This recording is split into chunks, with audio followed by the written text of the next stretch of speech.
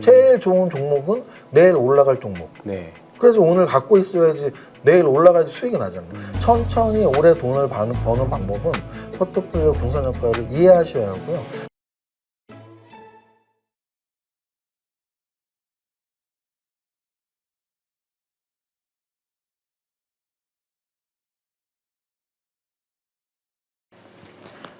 안녕하십니까. 815 머니톡 가족 여러분, 신한투자증권의 황유현 PB팀장입니다. 자, 오늘은 많은 분들이 좋아하는 분이죠. 그리고 저도 꼭 만나 뵙고 싶었습니다. 슈퍼개미 이정윤 세무사님 나오셨습니다. 안녕하세요. 안녕하세요. 네, 반갑습니다. 안녕하세요. 네. 녹화는 저희가 처음인 것 같습니다. 네, 같이 하는 건 네. 처음인데요.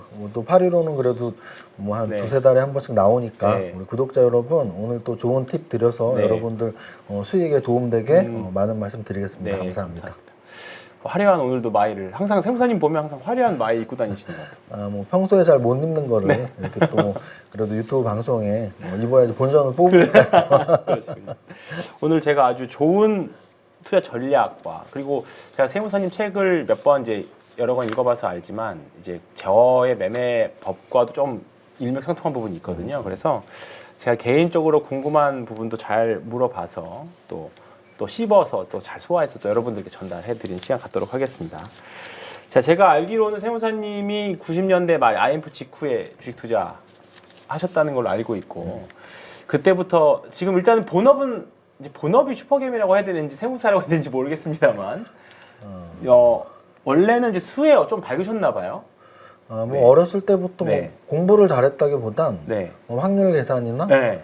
나쁜 말로 하면 도박 같은 거 네. 막 이렇게 확률 계산도 해보고 복권 확률 계산도 해보고 네. 그래서 좀 약간 확률적 사고 방식을 많이 가지고 생활을 했던 것 같고요. 네. 그리고 이제 뭐 대학 가서는 경제학이나 경영학 공부를 되게 열심히 네. 하면서 그때 이제 주식이라는 걸 처음 알게 되고 뭐 돈도 없는 내가 좀 빨리 부자가 되고 싶다면 네. 뭐 사업을 하거나 또는 뭐 네. 주식 같은 하거나. 재테크를 하거나 일 텐데 제가 약간 좀 MBTI가 I예요. 그래서 네. 사업으로는 내 성격으로는 안 되겠다. 그냥 혼자 분석하고 그 분석으로 좀 잘 성공할 수 있는 주식 투자를 해보자라는 거를 한 고등학교 때부터 결심을 하고 대학 때 좀 전공 공부하면서 좀 이런 거만 할 수 있을 것 같은데 네. 라는 생각에 뭐 군대 때 좀 네. 연습 삼아 하다가 네. 군대 제대하고 또 열심히 해서 아. 이렇게 젊은 나이에 좀 빨리 주식으로 좀 자리를 잡았던 것 그러셨군요. 같습니다. 아까 잠깐 확률 이야기를 하셨는데 제가 세무사님 책에서 봤던 게 확률적으로 통계를 내보고 확률을 구해봤더니 상한가 따라잡기만큼 가장 빠른 게 없었다더라. 그 문과 좀 기억나거든요. 네, 그래서 그 전략으로 제가 초기에 조금 부를 이루셨다는 거 아는데 그거 맞나요? 네, 근데 네. 이제 사실은 네. 이게 이제 뭐 야, 내가 왕년에 뭐 이런 거랑 되게 비슷한데요. 네. 상한가는 요즘에는 사실 다 아시다시피 네. 30% 시대고요. 네, 그렇죠, 그렇죠. 30% 시대의 상한가는 하루에 정말 조금 나오면 한 3개, 맞아요. 많이 나와봐야 10개. 그렇죠. 사실 상한가 따라잡기를 지금 적용하면은 윗꼬리에 걸려서 맞습니다. 사실은 당일 손해를 막 20, 30%씩 네. 받을 수도 있는. 근데 이제 제가 처음에 초기에 투자를 했을 때는 네. 거래소가 상한가가 15%였고요. 맞습니다. 코스닥이 12%였습니다. 맞습니다. 그래서 네. 코스닥 12% 시대에는 하루에 뭐 상한가가 100개씩 나왔거든요. 네. 이제 제가 그때 썼던 전략은 빨리 부자가 되고 싶은데 네. 빨리 부자가 되려면 오늘 하루에 제한된 돈으로 가장 큰 돈을 벌어야 하는데 연구를 해봤더니 첫 상한가를 100종목에 가면 뭐 2연속 상한가는 한 30종목에 가더라고요. 네. 그리고 또 3연속 상한가는 뭐 한 20종목이 네, 네, 네.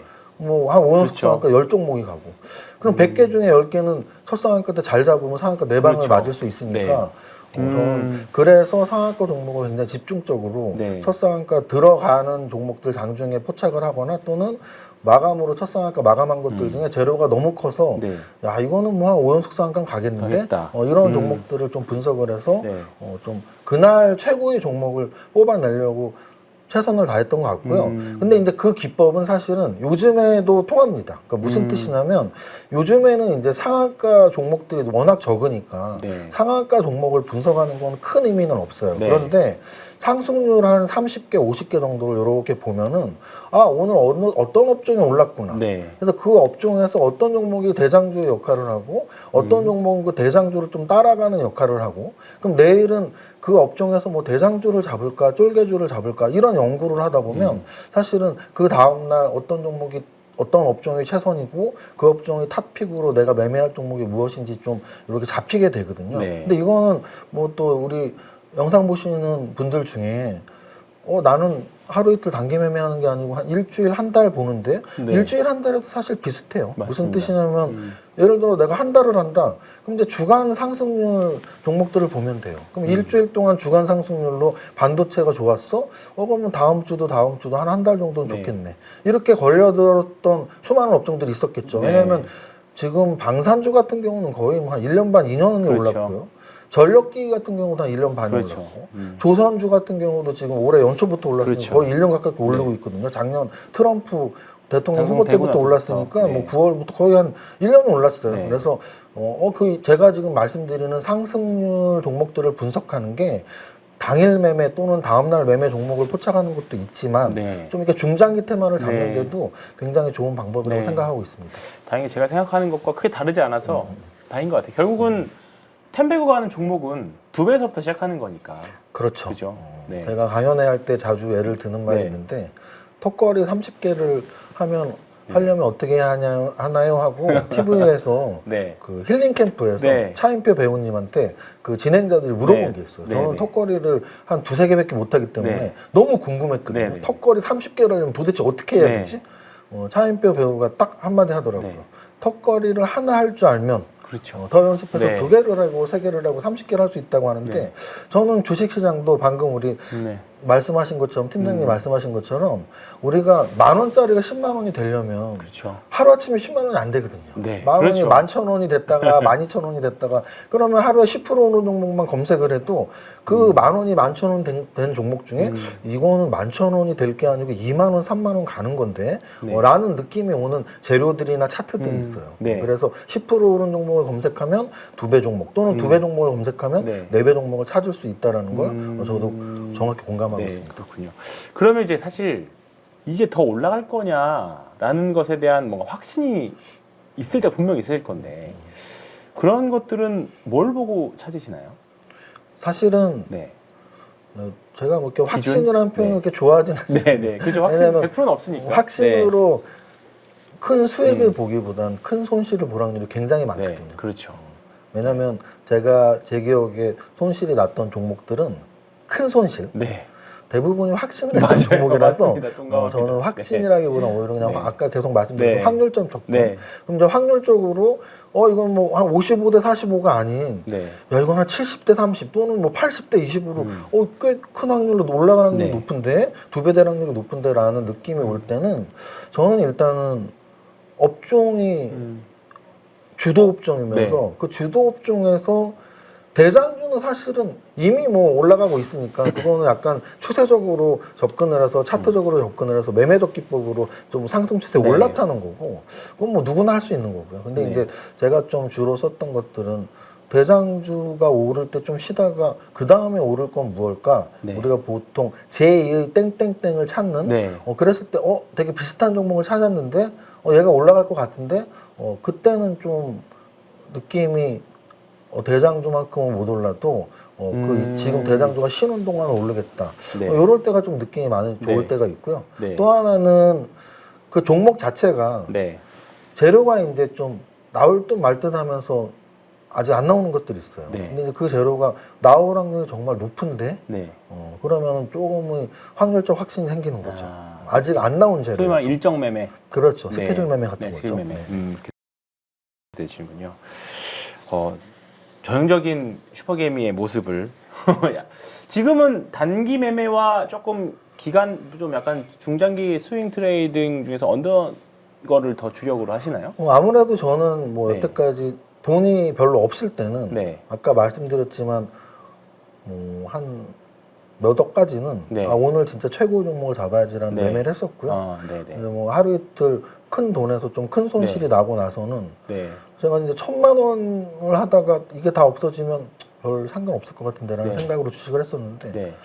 뭐 한 10억 정도 됐는데 이게 다 없어지면 그렇죠. 굉장히 큰 상관이 있겠는데라는 걸 어느 순간 깨닫고서는 그때부터는 이렇게 좀 단기 매매, 몰빵 매매보다는 좀 분산 투자도 하고 또 제가 원래 뭐 경영학과 출신이라서 네. 그런 포트폴리오 포트폴리오. 이론 같은 네. 경우도 워낙 공부가 다 되어 있던 상태라서 그 이후부터는 좀 중장기 투자도 곁들여서 했고요.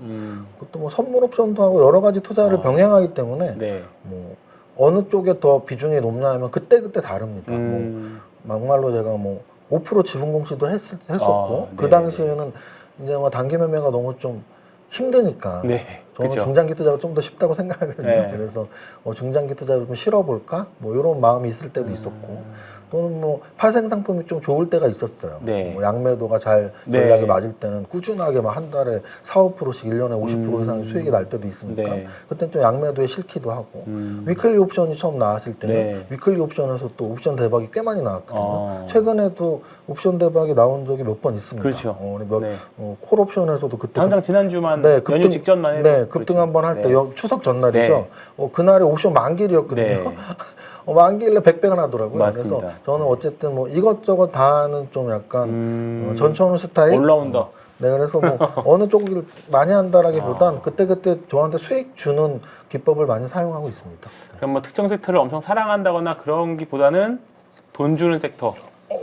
섹터는 당연하죠. 당연하죠. 단기 매매나 중장기 투자냐, 네. 뭐 선물 옵션이냐, 해외 네. 상품이냐도 그때 저한테 수익 많이 주는 거를 맞습니다. 선택한다라는 건 저는 여태까지 주식을 하면서 나는 이 섹터야, 뭐 나는 이 종목이야라고 네. 고집한 적은 한 번도 없습니다. 그러시군요. 아까 잠깐 1,000만 원 다 잃어도 상관없다 하는 시점에서 이제 10억 이야기 잠깐 하셨었잖아요. 그게 아마 이제 일정 부분 이 어느 정도 조막선에서 이제 슈퍼개미가 넘어가는 순간이었을 것 같은데, 그 수익이 갑자기 돈이 갑자기 잘 벌리네 또는 돈이 꾸준히 벌리네 하는 시점이 있었을 거라고 보는데, 그 시기에 그 세무사님의 감정이나 뭐 그때의 좀 약간 마인드셋이 어땠었나요? 저는 그게 개인적으로 궁금하거든요.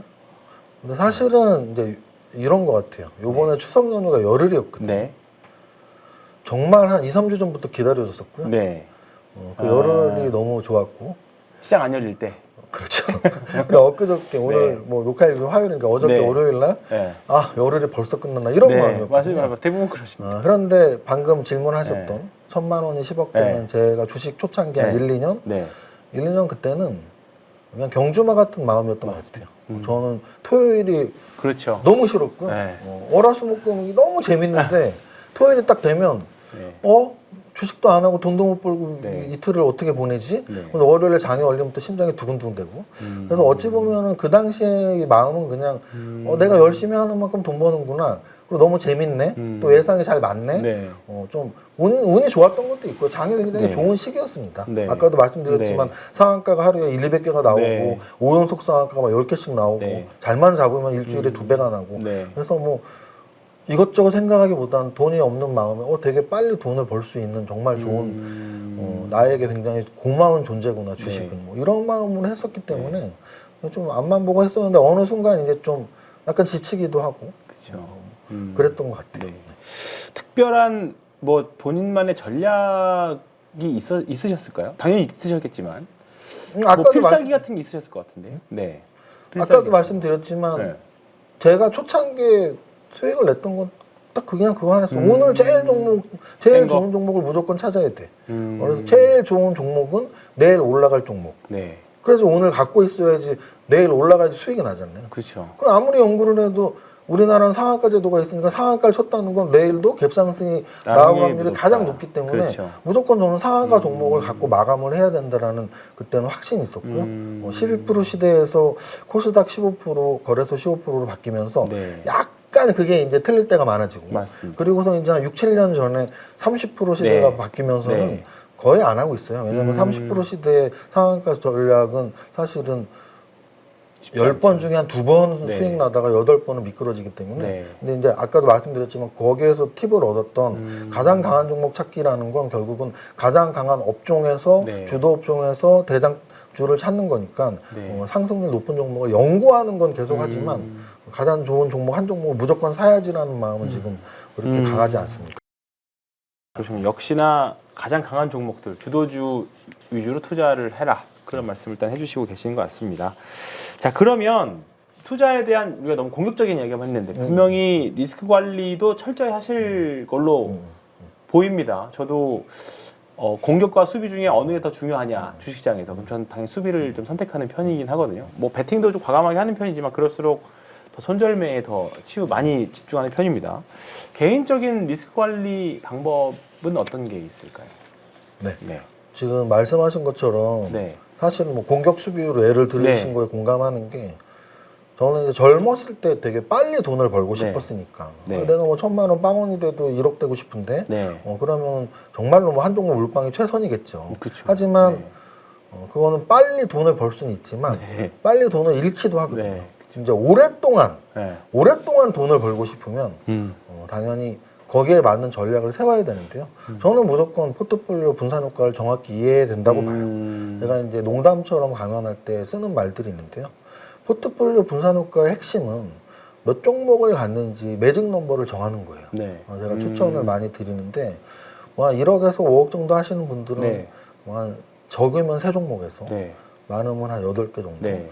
만약에 10억이 넘어가면 한 10개, 네. 뭐 2, 30억 하면 또 뭐 15개, 20개 네. 할 수 있겠죠. 네. 근데 보통의 분들은 1, 2억 하면서 막 30개씩 갖고 있는 분들이 있어요. 네. 그러면 이제 그분들은 포트폴리오 분산 효과를 정확히 이해 못 하시는 게 그 정도의 분산이면은 지수 지수랑 상승률하고 똑같죠. 똑같기 때문에 네. 뭐 주식을 할 필요 없이 ETF를 사시면 되는 거고요. 이제 반대로 아까 말씀드렸지만 오랫동안 천천히 벌기 위해서 분산 효과를 강조하고 있는데 만약에 한 종목을 사시는 분들이 있어요. 네. 그분들한테는 반드시 말씀드리죠. 왜 한 종목을 사셨냐? 네. 근데 제가 젊었을 때 뭐 1,000만 원으로 빨리 돈 벌고 싶은 마음으로 나는 빨리 돈 벌고 싶은데 네. 뭐 이거 망해도 되고 빨리 2배 벌고 싶어요. 그러면 그렇게 하셔도 돼요. 네. 근데 이제 한 종목 사신 분한테 왜 한 종목 사셨냐 했는데 이거는 확실해서요라고 말하면 네. 저는 바로 말씀드리죠. 아니 2,000 종목 중에 확실한 한 종목을 고를 능력이 있으면 네. 확실한 두 번째, 확실한 세 번째를 골라서 세 종목을 사세요라고. 왜냐면은 이 세상에 확실한 종목은 없고 네. 그 종목이 언제든지 빵원이 될 수도 그럼요. 있거나 네. 또는 반토막이 나거나.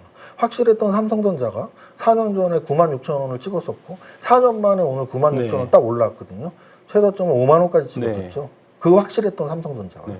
그래서 여러분들이 언제나 확실했다고 생각하는 종목들이 몇 년 동안 반토막이 날 수가 있어요. 그래서 확실한 한 종목을 갖고 있는 것보다 그 능력이 있으시다면 확실한 세 종목, 확실한 5종목. 그래서 천천히 오래 돈을 버는 방법은 포트폴리오 분산 효과를 이해하셔야 하고요. 그래서 이렇게 말씀드렸을 때 보통 분들이 나 세 종목 갖고 있어요 하면서 삼성전자랑 삼성전자 우선주랑 SK하이닉스를 갖고 그쵸. 있어요. 아니면 나는 에코프로비엠이랑 에코프로 네. 머티리얼을 갖고 네. 있어요.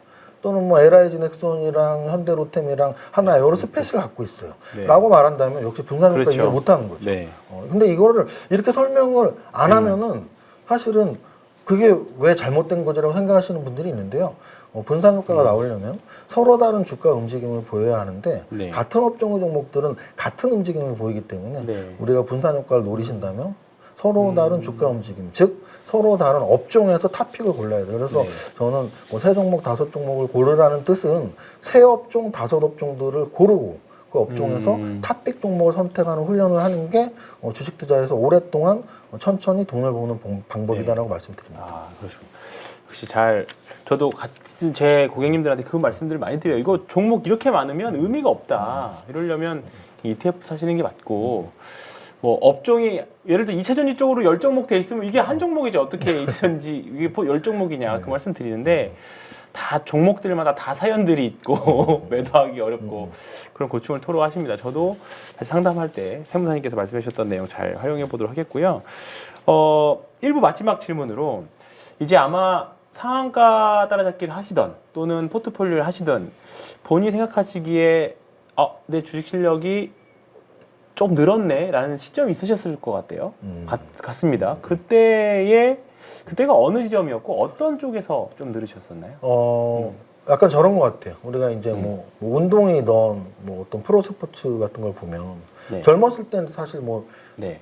체력이 좋고 혈기가 있죠. 네. 근데 약간 좀 몇 년 더 되면 이제 노련미가 생기는 거고. 그렇죠. 그러다가 이제 은퇴할 나이 되면 현역으로는 못 뛰지만 감독을 할 수 있는 그렇죠. 또 지혜와 인내가 네. 생기잖아요. 네. 저는 주식 투자도 똑같다고 보는데요. 제가 처음에 했던 정말 뭐 1,000만 원으로 처음 했을 때는 화장실도 안 갈 정도로 앞만 보는 경주마였다면 제가 말씀하신 것처럼 어느 정도 같은 주식 투자자로서 네. 좀 이렇게 완성이 됐다라는 느낌을 받았냐고 질문을 한다면 저는 정확히 제가 3M이라는 단어를 네. 알렉산더 엘더의 책에서 네. 읽었거든요.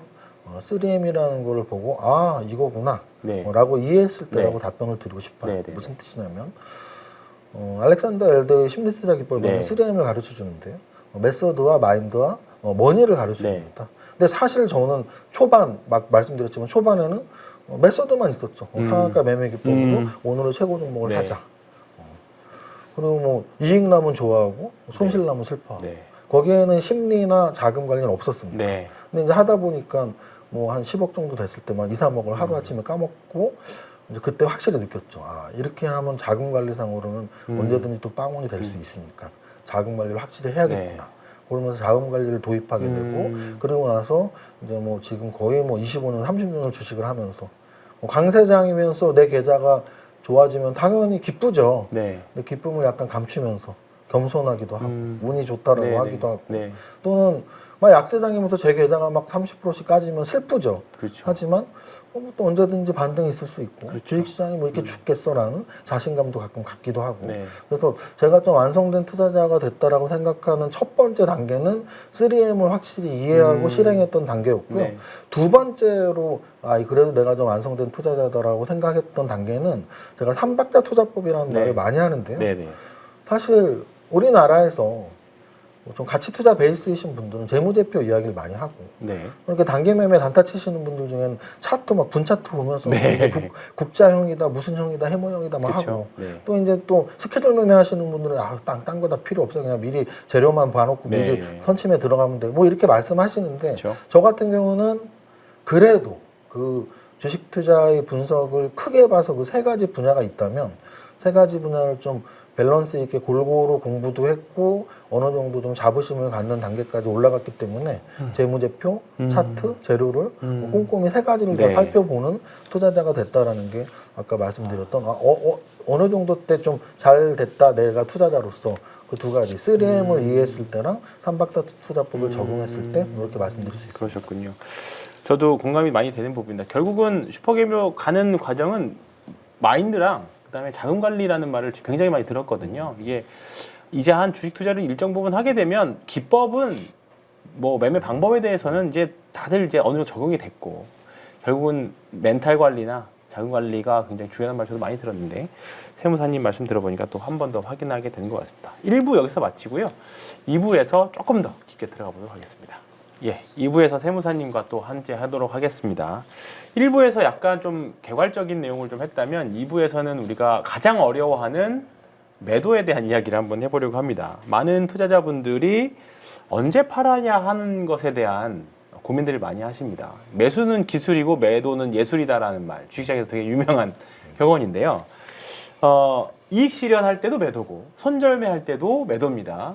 네, 그리고 저 개인적으로 내가 주식시장에서 결정할 수 있는 거는 내가 손실금의 범위만 내가 딱 정할 수 있다고 생각하거든요. 이익도 시장에서 주는 거고 손실만큼은 딱 내가 요만큼만 손실을 볼 거야라고 딱 그것만 내가 정할 수 있다고 생각하는 사람입니다. 이 세무사님의 이익 실현 기준하고 뭐 이거 어떻게 보면 뭐 기법을 알려달라는 말일 수도 있는데 손절의 기준 뭐 이런 게 있다면 좀 팁을 좀 주실 수 있을까요? 네, 일단은 사실은 제가 하는 방법을 네. 말하면 아주 간단히 말할 수 있는데요. 네. 적용을 할 수가 없습니다. 그래서 이제 제가 하는 방법을 말하고 네. 적용을 쉽게 하는 네. 방법을 말씀을 드리겠습니다. 저는 그냥 제가 팔고 싶을 때 팝니다. 아. 기준 같은 건 없어요. 네. 그러니까 무슨 뜻이냐면 네. 우리가 뭐 밥 먹고 싶으면 밥 먹고 네. 어떤 사람이 좋으면 한 번 더 만나고 네. 싫으면 그만 만나고 근데 이게 주식도 저는 똑같다고 보거든요. 우리가 주식을 매수할 때는 좋아서 매수하는 거거든요. 그렇죠. 네. 분명히 매수를 싫은 종목을 매수하는 분은 없을 거예요. 그렇죠. 그럼 좋아서 매수를 하는데 그 이유를 명확히 아시는 분들은 사실 매도가 그렇게 어렵진 않아요. 왜냐면은 우리가 사람하고 똑같아요. 어떤 사람이 좋아서 한 번 더 만났는데 네. 계속 좋으면 계속 만나면 되는데 어느 순간 안 만나게 되는 경우가 있거든요. 좋아했던 부분들이 내가 허상을 받구나, 싫어졌구나. 네. 그럼 안 만나요. 네. 저는 매수했던 종목들이 아까도 말씀드렸지만 저는 삼박다투자법으로 재무제표, 네. 재료, 네. 차트 굵직하게 이 세 가지가 좋아서 종목을 이 종목 괜찮네? 라고 매수를 하는데 그 세 가지들이 싫어질 때가 분명히 있습니다. 어떤 재료가 나오리라고 예상했던 재료가 실제 나왔어요. 네. 그러면 뺐다 꼼뿔기로 팔던 네. 아니면은 못 올라서 팔던 네. 올라서 팔던 이익 실현하던 네. 나오면은 팔면 되는 거예요. 네. 또는 차트가 완전 정별이고 눌림목도 잘 줘서 샀는데 네. 눌림목을 깨고 내려가요. 네. 그럼 차트 좋은 차트가 나빠졌네? 그럼 팔면 돼요. 팔아야죠. 그렇죠. 재무제표가 좋아서 야 이건 한 3년 갖고 가야겠다. 근데 매년 영업이익률도 올라가고 매출액이 좋아질 줄 알았는데 매출액이 반토막이 납니다. 이거 문제 팔아야죠. 재무제표가 안 좋아졌네? 라고 생각하고 팝니다. 그래서 저는 사실은 어떤 기준이 있냐라고 여쭤보신다면 제가 좋아했던 매수 기준이 사라졌을 때 판단하고 말씀을 드려요. 네. 근데 이제 이거를 보통 분들은 적용을 하기가 힘든 이유가 좋아했던 이유, 매수의 기준이 명확하지 않기 때문이에요. 보통은 네. 뭐 이런 말씀드리면 너무 죄송하지만 10분 중에 5분은 네. 그냥 누가 살아서 사는 네. 거거든요. 그럼 왜 못 파냐? 그 사람이 팔라고 하지 않기 때문입니다. 그 사람이 이미 팔았을 수도 있는데. 사라고 한 사람이 샀으면 네. 매수의 이유는 그 사라는 말 때문이었거든요. 그렇죠. 그러면 결국 매도를 하기 위해선 그 사람이 팔으라고 해야 되는데 네. 팔으라고 하지 않기 때문에 매도를 할 수가 없습니다. 그래서 우리가 매수할 때 누가 사라고 추천을 해줬더라도 명확하게 왜 사야 되는지를 안다면 이런 좋은 점 때문에 샀는데 이 좋은 점이 다 날아가 버렸네. 팔아야겠네. 라고 생각하는 게 저희 가장 중요한 기준이고요. 네. 근데 이제 보통의 투자자가 적용할 때는 사실은 저런 게 있어요. 이렇게 기준을 수치적으로 정하지 않고 언제든지 내가 자기 변명을 하면서 가져갈 수 있는. 네. 나 좋다고 생각한 게 좀 바뀌었어도 일시적으로 나빠진 거야. 네. 다시 좋아질 거야. 네. 그럼 안 팔면 그만이거든요. 네. 대부분은 그렇게 그렇죠. 하시고. 그러면 결국은 수치적으로 결정을 해야 되고요. 그 수치적인 건 결국은 가장 간단한 건 내가 10,000원에 샀다면 미리 정하는 겁니다. 손실률과 네. 내가 역시. 얻을 수 있는 이익률을. 그래서 뭐 이런 거죠. 10,000원에 샀으면 보통 나는 9,000원까지 떨어지면 10% 손절할 거야. 그렇죠. 나는 13,000원까지 올라가면 30% 이익 실현할 거야. 네. 꼭 그렇게만 정해야 되는 그렇지 않습니다. 네, 네. 15,000원에 팔거나 8,000원에 파셔도 돼요. 네. 근데 거기서 중요한 건 두 개를 모두 다 정하는 게 사실 좋고요. 네. 왜냐면 못 파니까 손실률, 이익률로 유를 정하라는 네. 뜻이고 유를 정할 때 무조건 꼭 지켜야 될 원칙은 손실률이 더 작아야 돼요. 그렇죠. 10,000원에 샀을 때 만약에 내가 8,000원, 20% 손절이라면 목표 수익률은 30%, 50% 잡으면 그렇죠. 되고. 네. 근데 근데 이제 거꾸로 10,000원에 샀는데 11,000원에 판다고 10% 이익을 하는데 손절은 뭐 한 20, 30% 10,000원에 네. 샀는데 뭐 7,000원에 30% 손절한다. 그러면 이제 우리가 보통 속담, 격언은 꼭 지켜야 되는데 우리가 이익은 길게, 네. 손실은 짧게랑 그렇죠. 정확히 역행하는. 역행하죠. 근데 이제 10분 중에 9분이 대부분 그렇게 해요. 네. 이익은 굉장히 짧게 이익 실현을 하고요. 손절은 굉장히 못하고 오래 갖고 가거든요. 그래서 이제 보통 그런 댓글에 보면 일반 투자자들이 이렇게 속아 넘어가는 이렇게 탁탁 쳐주는 야, 너 잘했어. 굉장히 안 좋은 읽으면 안 되는 네. 두 가지 댓글이 있는데요. 어떤 분이 이렇게 질문을 합니다. 저 지금 손실이 30% 나는데 네. 어떻게 해야 될지 모르겠어요. 네. 저 같으면은 잘라라. 그냥 손절하세요. 네. 근데 어떤 댓글이 있냐면 미실현 손실은 손실이 이게 아니다. 아닙니다. 그럼 이제 그분은 기분이 좋아서 그래 그렇죠. 안 팔면 손해가 아니야. 그러다가 이제 더 빠지는 거고요. 반대로 또 이런 분이 있어요. 10,000원에 사서 1,500원에 팔았는데 13,000원이 돼서 너무 배가 아파요. 그럼 저 같은 경우에 그럼 다음부터는 30% 먹을 때까지 팔지 마라라고 말을 할 텐데 네. 어떤 댓글, 대부분의 댓글은 익절은 진리다. 익절은 옳다, 익절은 진리다. 네. 진리가 아니에요. 네. 5% 버는 게 왜 진리입니까? 네. 손절은 30%, 40%에도 네. 못하면서 5% 익절은 절대 진리가 아니에요. 네. 그래서 진리는 어쨌든 저쨌든 손절보다 훨씬 길게 갖고 가는 익절이 진리인 거고요. 여러분들의 크기에 따라 그래서 이 크기라는 거는 뭐 내가 대범하냐 소심하냐보다 뭐 중장기 투자냐 단기 매매냐 나의 공격성이 어느 정도냐에 따라서 뭐 이익 실현을 뭐 20%로 한다면 손절은 10%, 이익 실현 30% 한다면 손절은 20%, 이익 실현 50% 한다면 손절은 30% 이렇게 좀 미리 정하면은 매도를 하기가 아주 쉽고요. 근데 여기서 중요한 건 그렇게 수치를 정해도 손절이나 이익 실현 못하는 분이 있거든요. 그렇죠. 그러면 그냥 저런 기법으로 쓰시면 돼요. 바이 앤 홀드. 자식한테 물려주는 방법. 그러려면 가장 우량하고 좋은 종목을 그렇죠. 찾아서 그냥 매도를 안 하고 그냥 쭉 저금하듯이 갖고. 왜냐면 퍼센트를 정해서도 매도를 못 한다는 건 어떻게 해도 못 하거든요. 네. 그럼 어차피 매도를 못 할 거면 매도를 안 해야 되는 종목을 사야 네. 되고요. 매도를 안 해야 되는 거는 그 종목들은 사실 시가총액 탑 30에 들어가 있는 업종 대표주를 사시는 게 가장 좋습니다. 역시나 손익비의 개념을 잘 풀어서 설명을 해주신 것 같습니다. 역시나 오늘도 추세 추종 매매를 하시는 분답게 이익은 길게 손실은 짧게 진리죠. 사실 명제입니다. 네, 이 구간을 잘 살펴보시면 좋은데 이게 인간의 심리상 손실이 마이너스 저 책에서 봤지만 마이너스 10%와 플러스 10% 똑같은 10%지만 마음이 편한 건 오히려 마이너스 10이 더 마음이 편하다고 하기는 하더라고요. 그래서 이게 인간의 본성이 역행하는 거에 주식이라서 그렇죠. 쉽지 않은 거다. 이 주식 투자가. 맞습니다. 그래서 행동 경제학을 보면은 네. 우리가 이제 일반 우리들은 휴먼이에요. 휴먼. 네. 인간. 네. 근데 이제 경제학에서 경제학적 인간은 이콘이라고 한단 말이죠. 네. 이코노믹스 이콘. 네. 그래서 주식 투자할 때는 일반 우리가 뭐 영화를 보거나 친구들을 만날 땐 휴먼으로서 살면 되지만 적어도 주식 투자할 때만큼은 나는 휴먼이 아니야. 나는 네. 이콘이야라고 생각하면서 네. 경제적 판단을 하시기 바랍니다. 맞습니다. 딱 그러다 보니까 이제 기계적으로 손절매 하더라 하는데 저는 아까 질문에서 조금 의아했던 게 대답에서 좀 의아했던 게 내가 팔고 싶을 때 판다라고 말씀하셨지만 분명히 저는 기준이 있을 것 같거든요. 통상 뭐 칼손절이라는 말도 많이 쓰고 또는 리스크 관리를 하실 때 뭐 익절이야 뭐 사실 내가 팔고 싶을 때 팔 수 있습니다. 물론 그때 상황에 따라 다르겠죠. 손절매의 기준은 좀 있으실까요? 네, 역시 이제 이런 네. 말씀을 드리고 싶어요. 이제 퍼센트로서의 손절매는 네. 아까도 말씀드렸지만 매도 타이밍을 정말 못 잡는 분들이고 네. 저 같은 경우는 사실은 어떤 종목에 대한 매도 판단을 할 때는 네. 금액의 변동, 차트의 변동도 있지만 네. 사실 그보다 더 중요한 건 시장 전체의 변동이죠. 왜냐하면 저는 언제나 어떤 탑픽 업종에서의 탑픽 종목을 선택하는 습관이 네. 들어있기 때문에 종목의 주가 움직임보다 더 중요한 건 사실 그 업종이 끝났냐거든요.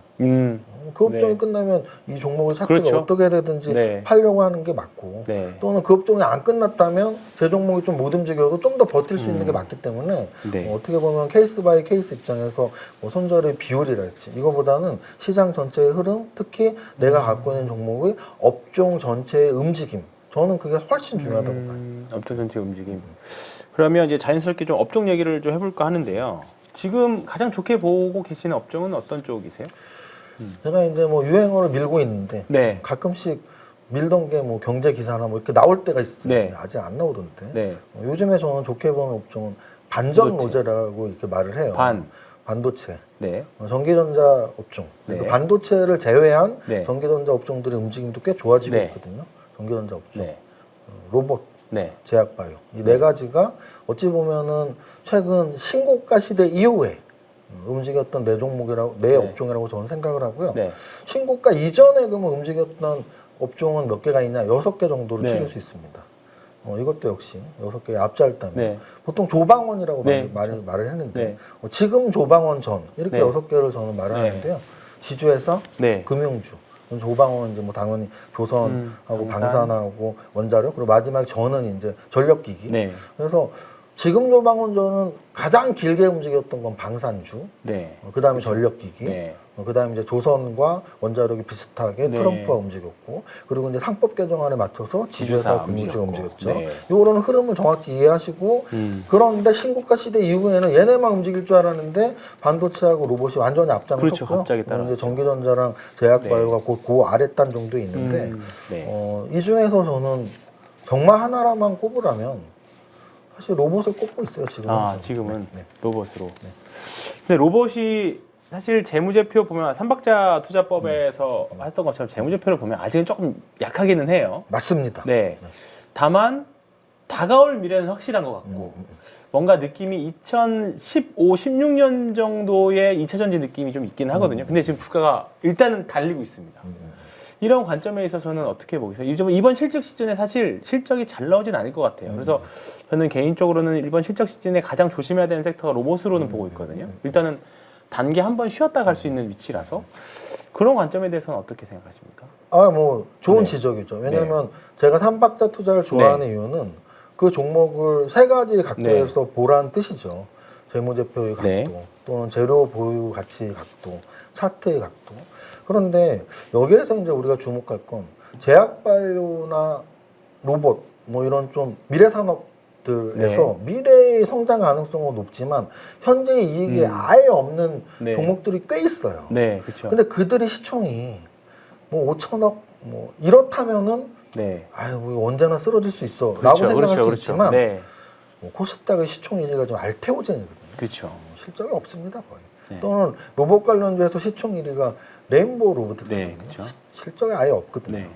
실적이 아예 없는 그런 종목들이 10조, 20조 또는 뭐 5조 이렇게 간다라는 건 5천억이면은 야 실적 없으면 큰일 나라고 네. 말할 수 있지만 5조, 10조, 20조짜리를 저는 실적이 없으니까 얘는 큰일 나라고 말하고 싶진 않거든요. 이미 그 시총은 전 미래 투자가가 가치를- 만든 것이고 그쵸. 그럼 전 투자가는 뭐 재무제표 못 보는 투자가 얼마나 많겠어요. 큰 금액을 굴리는 투자자들 네. 중에. 그럼 재무제표 지금은 없지만 마치 테슬라 같은 거죠. 테슬라의 초창기에 맞습니다. 재무제표가 전혀 없었고요. 네. 제가 말하는 재무제표가 네. 없다는 건 이익이 없다는 네. 뜻이에요. 이익이 전혀 없었고 그래서 뭐 이렇게 좀 보수적 그런 리포트들에서는 네. 야, 저 종목 사기꾼이야.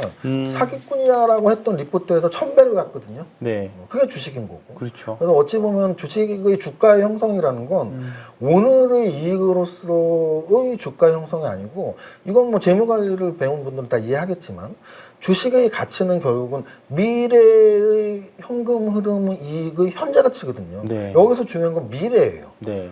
오늘, 1년, 2년만 포함되는 게 아니고 네. 5년, 10년, 20년, 100년이 포함되는 거거든요. 네. 그럼 로봇 산업이 지금은 적자지만 5년 후, 10년 후, 20년 후에 굉장히 큰 산업이 되고 굉장히 큰 이익이 될 가능성 또는 제약바이오가 신약 개발하는 회사들이 지금의 현재 가치 계산할 때 오늘의 이익은 제로지만 5년 후, 10년 후, 20년 후의 이익이 너무나 클 가능성. 그게 현재의 주가를 형성하고 현재의 시가총액을 형성하는 거기 때문에 그렇죠. 저는 현재의 이익이 안 난다고 해서 시총이 낮아야 된다고 하면 그럼 20조간 뭐 제약바이오를 그렇죠. 산 사람들은 다 어떻게 되는 거지? 뭐 이런 생각을 하기 때문에 삼박자의 관점상 재무제표가 안 좋더라도 미래의 가치 또는 네. 기술 이슈 특히나 재료 가치 쪽으로 네. 결국은 저는 주가의 움직임은 방금 말했던 이론적으로는 미래의 현금 흐름이 현재 가치이지만 그건 이론적인 거고 실질적인 주가 형성은 결국은 경제학에서 차용할 수밖에 없는데요. 주가라는 건 주식의 가격이고 가격 형성 이론은 경제학의 제일 앞에서 배우는 거거든요. 네. 수요와 공급에 의해서 결정되고 결국은 사람들이 많이 살려고 하는 주가는 올라가는 거거든요. 그렇죠. 그럼 결국은 100명 중에 어떤 사람들은 재무제표를 보고 사지만 어떤 사람들은 차트를 보고 사고 그렇죠. 어떤 사람들은 재료 가치를 보고 네. 사기 때문에 재무제표가 좀 약하지만 로봇이나 제약바이오가 요즘 힘을 쓰는 이유가 거기에 있기 때문에 실적 가치가 3분기에 좀 안 좋게 나오더라도 또 말씀하신 것처럼 그게 출렁거리는 요소가 될지라도 여태까지 레인보우 로보틱스, 두산 로보틱스가 수조를 형성하고 있고 또는 제2 레인보우 로보틱스라고 할 수 있는 로보티즈가 지금 2조가 넘었거든요. 네. 그 종목들이 출렁거릴지라도 앞으로 뭐 1조 이상짜리 로봇 관련주들은 계속 탄생할 거라고 저는 생각을 합니다. 결국은 로봇이 우리 일상화에 되는 시대가 언젠가는 올 거다라는 믿음 하에 가시는 거죠.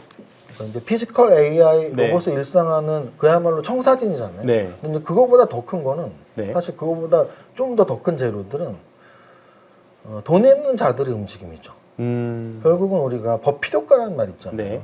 그럼 버핏 효과는 워렌 버핏이 저 회사 좋은데 하고 투자한 회사를 다른 이 사람들이 세상의 가치 네. 투자자들이 야 그래도 워렌 버핏이 나보단 잘하겠지. 네. 따라 사면 되는 거거든. 그렇죠. 내가 어차피 네. 아무리 내가 재무제표를 보고 해도 이게 좋을지 저게 좋을지 모르는데 아니 워렌 버핏이 샀으면 저게 제일 좋은 거 아니야? 네. 그게 버핏 효과거든요. 네. 근데 저는 그런 효과들은 맞다고 봐요. 그럼 가치 투자 관점에서는 버핏 효과를 믿으시면 되잖아요. 그렇죠. 그럼 마찬가지로 요즘에 그러면 가장 돈 많은 또 분석력이 높은 집단을 저는 기업 집단이라고 보고 있거든요. 네. 미국으로 치면 빅테크 기업. 빅테크? 우리가 네. 알고 있는 구글, 네. 테슬라, 네. 뭐 MS, 아마존. 또 우리나라에서는 삼성, 현대. LG, 뭐 현대, SK. 그럼 과연 그들이 어떤 산업에 집중하느냐 얘기죠. 그렇죠. 사실 저는 원래 성장주 분석을 가장 네. 좋아하는데요. 몇 년 전까지는 자율주행하고 로봇이 피카피카했어요. 맞아요. 맞습니다. 피카피카했습니다. 거의 같이 갔죠. 왜냐하면 테슬라가 오락내려. 워낙 대장주였고 맞습니다. 테슬라가 네. 약간 자율주행 쪽에 기울었었기 네. 때문에 자율주행하고 로봇의 미래, 자율주행이 훨씬 더 컸어요. 그런데 AI가 탄생을 했고요. AI의 현실화, 그래서 우리가 요즘 보통 피지컬 AI라고 하는데 피지컬 AI에서 지금 자율주행보다 로봇이 훨씬 빠른 속도로 맞아요. 다가오고 맞습니다. 있고요. 네. 그것을 우리가 어떻게 알 수 있냐면 많은 빅테크 기업들이 몇 년 전에는 자율주행 쪽으로 갔었어요. 애플이 자율주행차를 만든다고 맞아요. 하고 애플카 한다고 그래서 했었고. 아직도 기억나요. 코로나 직후에 2001년도에 현대차가 최고점을 찍었을 때가 언제냐면 애플이 뭐 너네 현대차한테 차 만들려고 했어? 기아 네, 기아차. 했고. 그래서 그때 네. 공시가 나오면서 아직 그런 계획이 없는데 그래서 그때까지 올라가다가 주가가 떨어졌단 말이죠. 그런데 네. 애플이 자율주행을 포기했어요. 그러면서 어디로 갔냐? 로봇으로 갔습니다. 그럼 우리나라 같은 경우에도 지금 말씀드렸던 삼성, LG, 현대, SK가 자율주행을 한다는 기사가 많지는 않은데 네. 로봇에 여기저기 투자한다는 말들이 굉장히 많이 굉장히 나오고 많죠. 있고요. 네. 뭐 지금 오늘 녹화일 기준으로 가장 최근에는 제가 농담처럼 유튜브랑 강연할 때 이런 말씀 드렸는데 미국의 워렌 버핏이 있다면 우리가 일본 투자가 중에 아는 이름을 한 명밖에 없지 않나요? 네. 손정혜 회장이죠. 진정이 네. 소프트뱅크밖에 몰라요 우리는. 저도 사실 그렇죠. 잘 모릅니다. 그 정도만 알아요. 그럼 소프트뱅크의 손정혜 회장이 수많은 투자의 성공 사례가 있었는데 가장 최근에 스위스 로봇 기업을 뭐 7조에 인수한다고 좀 더 기사가 나오고 맞습니다. 있고요. 오늘 같은 경우도 로봇 산업들이 올라갔는데 네이버에서 또 뭐 로봇 산업을 좀 알아봐서 뭐 어쩌고 저쩌고. 그럼 결론은 아까 제가 말씀드렸던 저를 포함한 저희보다 분석력이 훨씬 좋고 자금력이 좋은 분들이 어찌 말하면 대표 기업들이 로봇에 집중하고 있는 건 우리 투자자들에게 굉장히 강력한 시그널. 저를 포함한 저희보다 분석력이 훨씬 좋고 자금력이 좋은 분들이 어찌 말하면 대표 기업들이 로봇에 집중하고 있는 건 우리 투자자들에게 굉장히 강력한 시그널을 주고 있는 거다. 티즈도 LG죠. 네, 그리고 뭐 포스코 그룹도 좀 일정 부분 있고 SK 당연히 있고 그렇습니다. 그러면 결국 이 대기업들이 지금 사실 성과가 좀 많이 달린 것 같아요. 두산 로보틱스도 있지만 사실 좀 주가는 별로고요. 어느 쪽 기업이 투자한 좀 민감한 질문이 있습니다. 어느 쪽 대기업이 투자한 로봇주들을 보시는 게 좀 나을까요? 일단 이제 그런 네. 그 얘기는 결국은 주가가 네. 가장 많이 오른 게 무엇인지. 네. 왜냐하면 이게 이제 저는 그런 생각을 해요. 우리 어떤 네. 분야든 가장 빠르게 성공하고 싶으면 성공한 사람 따라하면 되거든요. 네. 그럼 저는 종목도 똑같다고 봐요. 종목이 어느 게 빠르게 오를까 예상하려면 가장 많이 오른 종목하고 비슷한 종목을 찾는 게 저는 네. 중요하다고 보거든요. 그러면은 일단 로봇 관련주에서 최근 한 2, 3년 동안 20배 정도 오른 종목이 레인보우 로보틱스예요. 그쵸. 상장했을 때 걔가 네. 한 3천억 정도였는데 지금 6조까지 올라갔으니까요. 네. 그럼 이제 20배 오른 레인보우 로보틱스랑 가장 비슷한 종목 찾기가 되는 거죠. 그렇죠. 그런데 두산 로보틱스는 사실 가깝진 않습니다. 왜냐하면 레인보우 로보틱스는 사연이 있어요. 네. 원래 삼성전자가 7%를 갖고 있었고요. 네. 뭐 콜옵션이나 유상증자를 통해서 지금 30% 지분을 이제 확보한 네. 상태고요. 그러니까 그 스토리가 레인보우 로보틱스는 휴머노이드 1세대인데 휴머노이드 1세대의 기술력을 갖고 싶어 했던 삼성전자가 처음엔 7% 지분을 갖고 있었고 이제는 30% 지분을 갖고 있어. 근데 여기에 가장 비슷한 종목이 무엇이냐죠. 두산 로보틱스는 그냥 두산의 계열사예요. 그렇죠. 네. 뭐 두산의 기술이 좋아서 두산그룹이 막 두산 로보틱스를 탐내했던 게 아니고 네. 그냥 두산의 계열사입니다. 네. 그 시총도 레인보우 로보틱스는 2, 3천억에서 6조까지 20배가 올랐는데 네. 두산 로보틱스가 상장했을 때 가격이에요. 가격 그대로죠. 네. 근데 몇 조예요? 네. 여기는 탈락이죠. 오히려 많이 안 올랐어요. 네. 그러면 네. 비슷한 종목은 뭐가 되겠냐? 네. 결국 이제 뭐 우리나라에서 로봇이 필요한 분야가 삼성전자라면 네. 역시 이제 뭐 LG전자가 있겠죠. 네. 근데 이제 LG전자는 사실 로봇에 우리는 많이 집중을 할 거야라는 걸 여러 번 밝힌 적이 그렇죠. 있습니다. 네. 특히 핸드폰, 네. 스마트폰 사업부를 없애면서 네. 우리는 앞으로 좀 자동차 전장 사업이나 로봇 사업에 좀 진출을 해서 그 인력과 자금을 좀 투입을 하겠다. 그런 청사진이 있었던 기업이기 때문에 기대를 하는 거고. 그래서 삼성전자가 레인보우 로보틱스를 7% 갖고 있었던 것과 가장 흡사하게 지분 투자를 했던 종목이 로보티즈거든요. 네. 로보티즈는 지금까지도 LG전자가 7% 갖고 있거든요. 근데 올해 연초부터 올라서 로보티즈가 지금 거의 한 8배 가까이 올랐습니다. 그렇죠. 네. 그럼 만약에 레인보우 로보틱스와 비슷한 종목 찾기를 했던 분들이라면 1순위는 로보티즈였고요. 로보티즈 이미 8배가 올랐어요. 그렇죠. 그럼 이제 그 다음에 또 비슷한 애는 뭐가 있냐? 삼성전자는 애석하게도 레인보우 로보틱스 하나밖에 투자를 안 했지만 네. LG전자는 3개를 투자했거든요. 네. 그래서 로보티즈는 딱 7% 투자한 시점의 진행형이고 현재 네. 진행형. 마치 레인보우 로보틱스의 초창기 흐름. 네. 반대로 이미 30% 지분을 갖고 있는 종목이 있어요. 네. 그게 로보스타. 스타. 오늘 상한가 같습니다. 네. 오늘 참 녹화일 기준으로 상한가 같죠. 네. 절묘하게 네. 로보스타가 상한가 갔네요. 네. 만약에 오늘 녹화일이 어제였다면 어제도 너무 똑같은 땡겼을 얘기를 했을 텐데 왜냐면은 이 흐름이 제가 네. 늘 하는 스토리거든요. 네. 레인보우 로보틱스랑 비슷한 걸 찾아라. 네. 레인보우 로보틱스는 초반에 7%였고 지금 30%다. 네. LG전자가 7% 갖고 있는 거는 로보티즈고 네. 30% 갖고 있는 건 로보스타다. 네. 이게 제 스토리인데 그러게요. 오늘 상한가를 쳤어요. 그러면 관심 갖고 있는 분들은 뭐 상한가를 그렇죠. 받으시면 되고 네. 그러면 또 비슷한 건 뭐가 있냐. 엔젤 로보틱스라고 네, 그렇죠. LG전자가 6% 갖고 있는 게 있어요. 네. 그게 이제 이게 또 업종들이 다 있어요. 그렇죠. 레인보우 네. 로보틱스는 휴머노이드 로봇입니다. 네. 로보티즈는 약간 비슷해요. 네. 그래서 주가가 가장 빨리 올랐던 거고 그렇죠. 로보스타는 산업용 로봇이에요. 네. 그래서 로보스타는 사실은 잘 못 오르다가 네. 언제부터 올랐냐면 노랑봉투법 때부터 올랐어요. 그게 트리거가 됐어. 왜냐하면 네. 산업용 로봇이 가장 유리했던 건 노랑봉투법이었거든요. 네. 그 전까지는 휴머노이드 로봇이 유리했고 그러면은 엔젤 로보틱스는 못 오르냐? 아직 못 올랐어요. 네. 근데 얘는 뭐냐면 웨어러블 로봇이에요. 네. 웨어러블 로봇이니까 이슈가 되려면 두 가지 중에 하나가 나와야 돼요. 하나는 실버 산업과 로봇의 네. 관계. 왜냐하면 뭐 제 주변에 이제 부동산 또 하시는 분들이 많은데 부동산 쪽에서도 요즘 실버, 뭐 요양병원, 네, 요양원, 네. 뭐 이런 것들을 지방에 이렇게 짓는 것들에 대한 공부를 굉장히 많이 하고 있고 우리나라 금융권들, KB 지주나 또는 신한지주에서 이런 실버타운 건설을 지금 몇 년 전부터 굉장히 많이 하고 있거든요. 네. 그 이유는 실버 산업이 돈 되는 사업이기 때문이에요. 네. 펫 사업, 실버 사업, 베이비 사업. 이게 사실은 거의 뭐 블루 오션인 거죠. 그렇죠. 그래서 이제 그 실버 산업과 연관된 성장 산업, 미래 산업에서 가장 갖고 온 건 뭐냐? 저는 딱 두 가지라고 봐요. 제약 바이오하고 로봇하고. 네. 근데 요즘 딱 성장주의 시대에 금리 인하 시대에 또 가장 또 적합한 그렇죠. 업종이라서 네. 제가 제약 바이오와 로봇을 관심 깊게 하는 건데 네. 그 중에 엔젤 로보틱스는 웨어러블 로봇이기 때문에 실버 산업과의 연관성 그리고 또 하나는 또 저게 있죠. 그 삼성에서 네. 첫 번째 상용화될 로봇, 두 번째 상용화될 로봇이 거의 뭐 이제 스케줄이 정해져 있는데 네. 첫 번째 상용화될 로봇이 웨어러블 로봇이야. 그렇죠. 그리고 이제 두 번째가 집사용 로봇. 네. 그래서 이제 저는 우리나라에서 어찌 보면 삼성전자의 역할이라는 건 그러니까 선도적 역할이 있기 때문에 삼성전자에서 웨어러블 로봇이 상용화가 된다면 웨어러블 로봇의 기술력이 강한 엔젤 로보틱스가 또 LG전자와 어떤 묶음이 될 수 있는 네.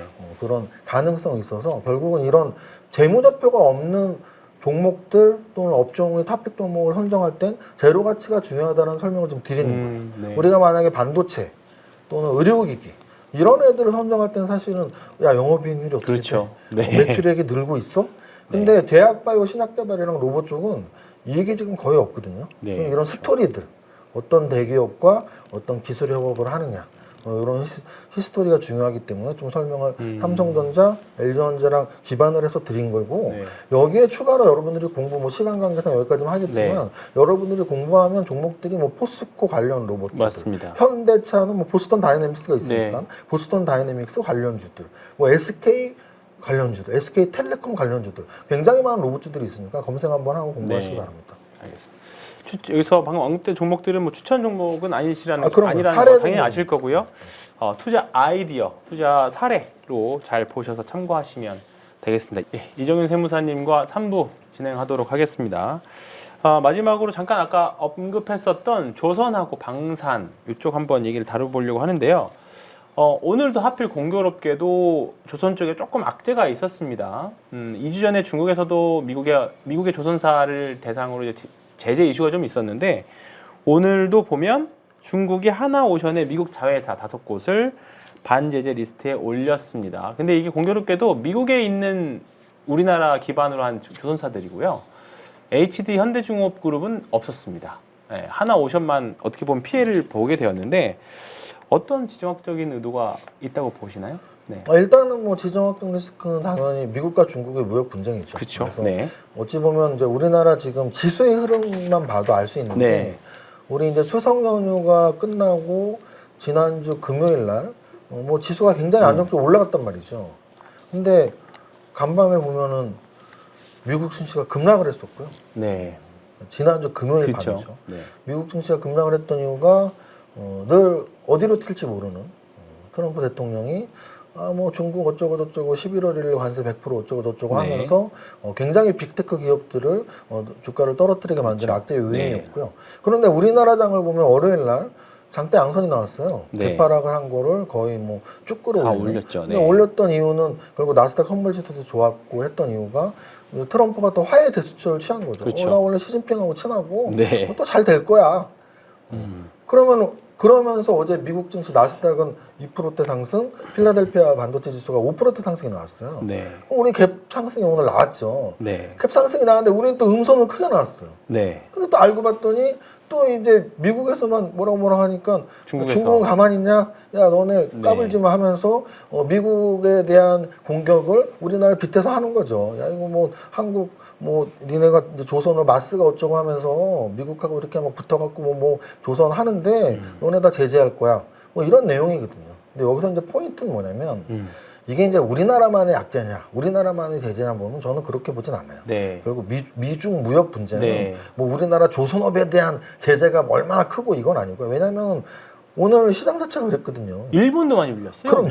네. 오늘 그냥 아시아 전체를 보면 우리나라는 사실 조금 떨어진 거예요. 네. 아시아 전체 시장에서 우리 거래소 지수가 0.63 떨어졌는데요. 네. 일본 니케이는 2.58이 맞습니다. 떨어졌고요. 네. 항생은 1.73, 네. 대만 가건은 0.48, 상해가 0.62, 심천은 1.91이 네. 떨어졌어요. 그 얘기는 우리나라 떨어진 이유를 조선업에 대한 제재라고 네. 볼 필요도 없고 그냥 아시아 그렇죠. 전체가 떨어진 이유를 네. 미국, 중국 무역 분쟁이 격화될까? 네. 그럴 에 대한 가능성? 우려. 네, 그 우려죠. 네. 그 우려. 당장 조선업에 대한 제재로 그렇죠. 떨어졌다라는 건 아니고 그냥 그것도 영향을 미쳤겠지만 네. 더 크게 봐서는 야 미국하고 중국이 이게 잘 될래나 뭐 안 될래나 이거거든요. 네. 근데 이제 거기에 대한 답은 사실은 미래에 대한 얘기니까 점장이만 알 수 있지만 우리가 이제 점장이는 아니지만 주식도 추세로서 알 수 있다면 네. 추세라는 건 결국 우리가 올라갈 때 올라가는 힘, 떨어질 때 떨어지는 힘이잖아요. 네. 이건 결국 과거를 분석해서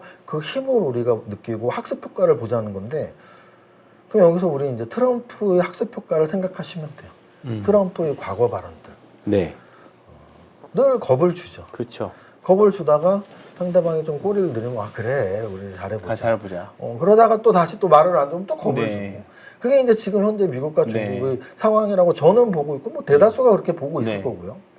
그랬을 때 뭐 최악으로 치달을 가능성이 있냐 해서 저는 그렇게 높다고 보지는 않습니다. 네. 그게 바로 추세죠. 그렇죠. 트럼프는 그래 왔으니까. 네. 트럼프가 극단적으로 치달았던 적은 없었던 거죠. 네.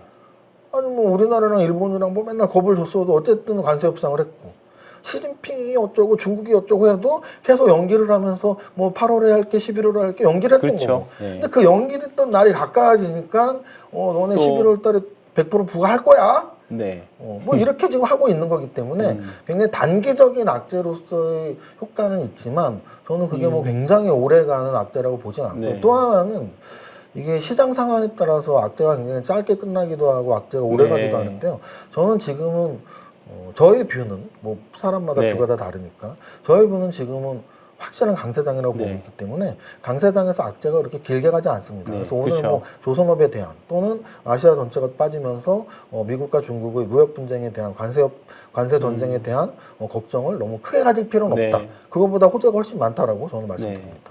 벌써 무역 분쟁 이슈로 이번이 또 빠진 다음에 벌써 세 번째거든요. 2018년 10월 달이 그랬고요. 그리고 올해 4월 달이 그랬고, 그리고 지금인데 올해 4월 달에 지수가 한 20% 정도 대회 빠졌습니다. S&P 500 나스닥이. 사실 그랬으면 사실 그때 이미 개별 종목들은 40%나 반토막들이 사실 많이 났었잖아요. 근데 1년에 같은 이슈로 두 번이나 이렇게 급락할 확률이 사실 저는 별로 없다라고 보거든요. 만약에 이번에도 그런다면 정말 이례적인 사건이고. 그렇죠. 네. 그리고 지금 사실은 말씀하신 사례들 2018년과 네. 올해 4월 중에 네. 저는 2018년과 지금이 오히려 비슷한 거죠. 왜냐하면은 그 이유는 명확한데요. 2018년에는 우리가 다 알다시피 미국, 중국 무역 분쟁이었고요. 네. 그 당시에 그래서 히토류 관련주들이 굉장히 급등을 그렇죠. 했었죠. 오늘, 어제 급등을 했던 그렇죠. 것처럼 뭐 유니온, 뭐 네. 어제 오늘은 대형주 중에 고려아연까지도 네, 막 고려아연까지 20%씩 오를 올랐죠. 정도로 네. 히토류 관련주가 굉장히 이제 움직이는 거잖아요. 네. 근데 그 2018년에도 맞습니다. 그랬단 말이죠. 그런데 올해 4월은 그러면 미국, 중국 무역 분쟁이냐? 아니란 얘기죠. 올해 4월은 미국과 전 세계의 전 세계. 무역 분쟁이었고요. 야, 모든 나라들 그러네요. 뭐, 우리 편지 보낼 거고 네. 너네 30%, 너네 20%, 너네 40%. 네. 그거 니네 이거 뭐 협상 안 하면 다 그대로 때릴 거야. 네. 그러니까 이제 세계가 급락을 했던 건데요. 네. 지금은 중국을 제외하고는 사실 뭐 어느 정도 이야기는 대부분 다 된 거고. 그렇죠. 뭐 우리나라, 일본, 유럽 됐으면 네. 거의 다 된 거니까. 네. 그래서 저는 4월 같은 급락은 아닐 것이고 결국 미국, 중국 정도 남은 무역 네. 분쟁인데 서로의 기싸움이 언제 끝날지는 모르지만 4월 같은 급락을 예상하고 네. 싶지도 않고 그런 확률도 네. 크지 않다. 네. 매우 낮다라고 네. 말씀드립니다. 특히 오늘 뭐 사실 엔진 기자재 좀 더 변동성이 큰 기자재 쪽 조선 기자재가 좀 많이 밀렸습니다. 아까 구 주도주라고 하셨는데 조선주의 오늘 말고 어제까지 흐름으로 봤을 때 조선주가 아직 주도주의 지위에 있다라고 보십니까? 아니면 조금 내려왔다라고 보시나요? 그게 차트 이제 한번 보면서 오랜만에. 진짜 네. 애매한데요. 네. 왜냐하면 이게 시가총액 상위로만 보면 약간 주도주가 아닌 것 같기도 해요. 네. 우리가 보통 말하는 네. 시가총액 상위에서 시총 1위 종목은 HD 현대중공업이란 네. 말이죠. 그러면은 이게 이제 신고가를 뚫었던 게 지금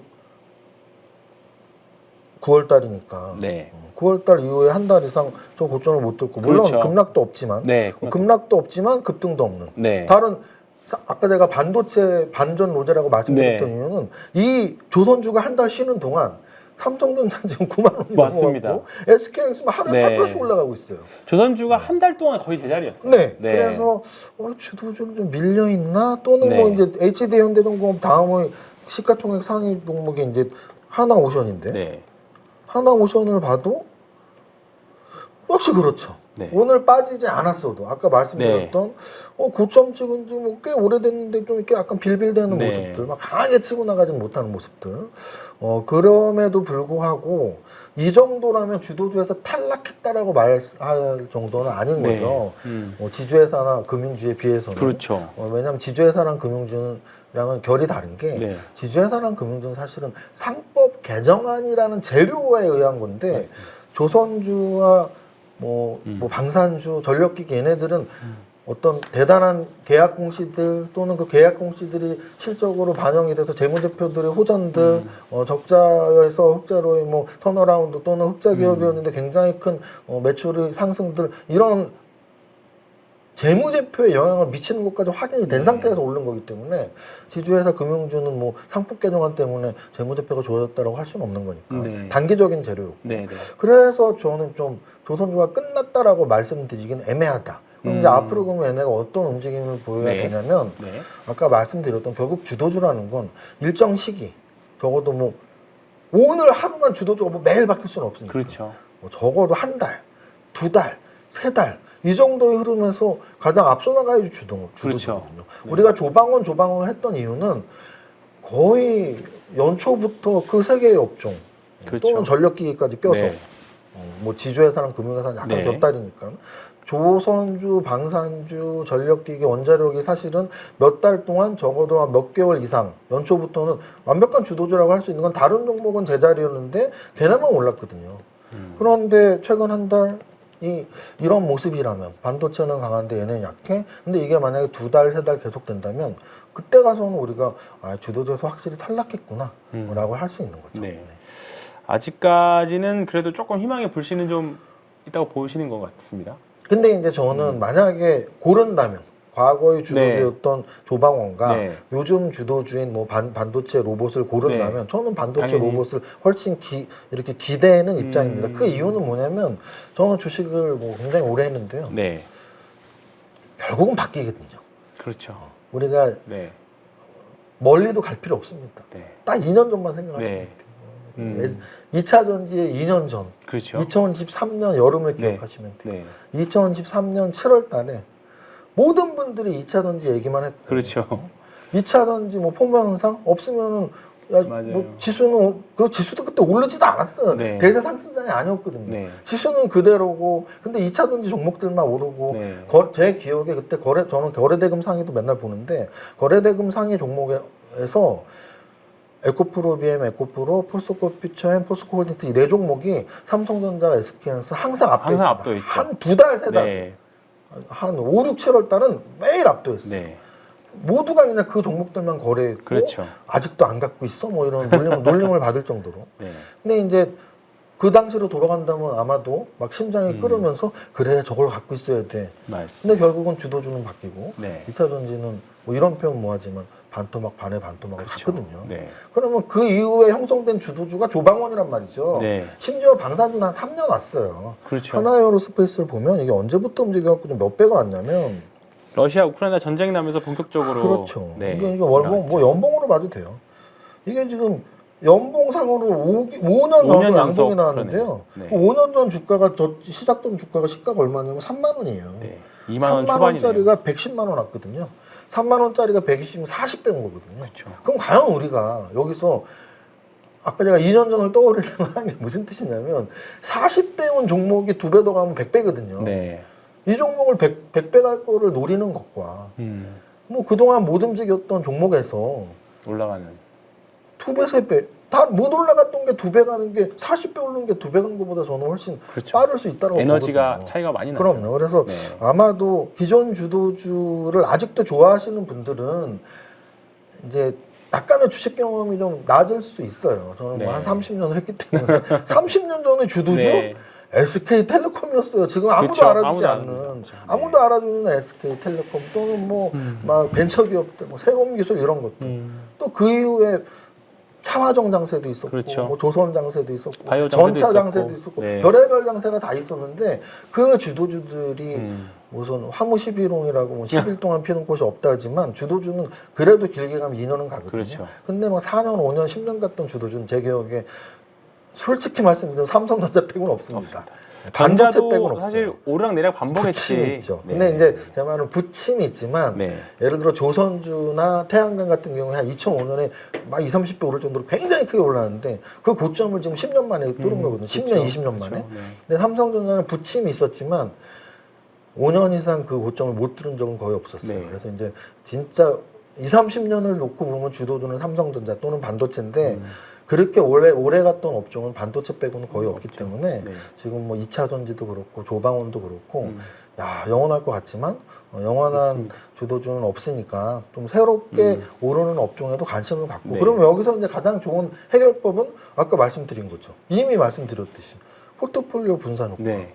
만약에 내가 조선주나 방산주가 갈 것 같으면 탑픽 종목 하나 갖고 있으면 되는 네. 거고 그 대신 여태까지 반도체나 로봇에 관심이 전혀 없었다면 반도체의 소부장 탑픽 종목이랑 로봇의 탑픽 종목을 하나씩 끼면은 그렇게 네다섯 그렇죠. 종목 갖고 있는 게 훨씬 좋다라는 거죠. 네. 2년 전에 우를 주도주들보다. 범했던 2차 전지 10종목, 5종목을 갖고 있듯이 지금 만약에 조선주, 방산, 원자력만 갖고 있다면 그중에서 반은 털고 새롭게 주도주로 네. 뜰 수 있는 반도체 소부장이나 로봇, 제약바이오를 편입하시는 게 훨씬 밸런스가 좋은 포트폴리오라고 네. 말씀드리는 겁니다. 마지막으로 이제 아까 주도주 사이클 잠깐 말씀하셨는데 이제 삼성전자 올라간 거 보니까 이제 한 6개월 정도 올라왔어요. 한 통상적으로 주도주의 생로병사 보면 한 1년 반에서 2년 저도 동감하는 바이거든요. 이제 그럼 이제 6개월 올라왔단 말입니다. 그리고 실적 추정치들 보면 오늘 또 삼성 실적이 나왔는데 추정치들 보면 또 엄청나게 나왔습니다. 오늘 뭐 세론이다 뭐 이런저런 분석들이 많이 있었지만 그동안 제 개인적으로 이제 그동안 없었던 분들이 이제 사고 싶어 9만 원 밑에서 한번 살 수 있는 기회를 한번 주는 거 아닌가 생각이 좀 듭니다. 일단은 마지막으로 삼성전자에 대한 코멘트 주시면 감사하겠습니다.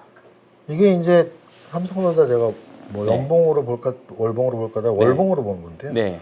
우리가 이제 불어하는 뭐 미국 차트 같은 거예요. 아까 제가 말씀드렸지만 정말 10년, 20년, 30년 오른 그냥 대표 종목을 꼽으라면 삼성전자예요. 왜냐하면 시가총액 1위가 됐다는 얘기는 부침은 있었어도 꺾임은 없었다는 그렇죠. 거예요. 여기서 꺾임과 부침은 어떤 뜻이냐면 꺾임은 고점을 다시는 못 뚫는 종목이 그냥 꺾여버린 거고요. 근데 부침이 있었다는 얘기는 고점 밑에서 좀 많이 헤맸지만 결국은 고점을 뚫고 했던 얘기로 여기 보면은 얘가 여기서 지금 한 3년 정도 고점을 못 뚫어요. 네. 아까 제가 5년 얘기를 했는데 여기 3년 못 뚫었거든요. 근데 결국 3, 4년 만에 뚫었고요. 네. 여기서도 한 2년 못 뚫다가 2년 만에 뚫었고. 요번에 어떻게 보면 제일 오래 걸린 건 4년 걸렸습니다. 물론 신고가를 아직은 못 뚫었지만 뭐 100% 뚫는다고 봐요. 왜? 오늘 종가가 91,600원인데 96,800원 10%도 안 남았거든요. 네. 오늘 잠깐 고가로는 찍고 왔죠. 네. 그래서 여기까지 올라와서 못 뚫는다는 건 말이 안 돼서 종가 기준으로도 무조건 저는 10만 전자를 찍는다고 보는데 그래서 이제 말씀하신 것처럼 삼성전자가 한 번 오르면 1년 반은 오른다라고 말씀하신 거를 제가 좀 더 추가 해석을 한다면 그건 지수의 신고가 연관이 있다고 봐요. 그렇죠. 저는 그런 해석을 하거든요. 지금은 지수가 진짜 강한 시대라고 말을 하면서 세 가지 사례를 들어요. 그러니까 세 가지 이유를 들어요. 첫 번째는 금리 인하의 시대야. 미국 금리 4%인데 분명 1%, 2%대까지 내려갈 텐데 부침이 있더라도 미국 금리 무조건 내려가요. 그럼 금리 인하는 다른 조건이 일정하다면 주식시장에 좋은 영향을 미치기 때문에 금리 인하 시기는 호재. 호재냐 악재냐 호재예요. 자, 그 다음 AI 혁신의 시대예요. AI 혁신의 시대이기 때문에 엔비디아가 시총 1위가 된 거고 수많은 빅테크 기업들이 탄생하는 거거든요. 그렇죠. 그래서 우리나라에서도 뭐 원자력이 올라가는 이유도 전력이 많이 필요해서고 전력기가 올라가는 이유도 전력이 필요해서고 그리고 반도체가 올라가는 이유도 역시 AI 시대이기 때문이거든요. 그러면 시총 큰 애들이 올라가니까 결국은 AI 혁신의 시대도 지수 상승을 나타내고 있고 마지막으로 이제 저는 삼박자라니까 차트적 분석을 말씀을 드리자면 이게 이제 우리나라의 지수 차트인데요. 말씀하신 내용을 저는 이제 아까 삼성전자 1년 반 얘기를 지수로 설명을 한다면 역사적 신고가를 이제 돌파했어요. 지금 3,316을 돌파한 게 한 달이 안 됩니다.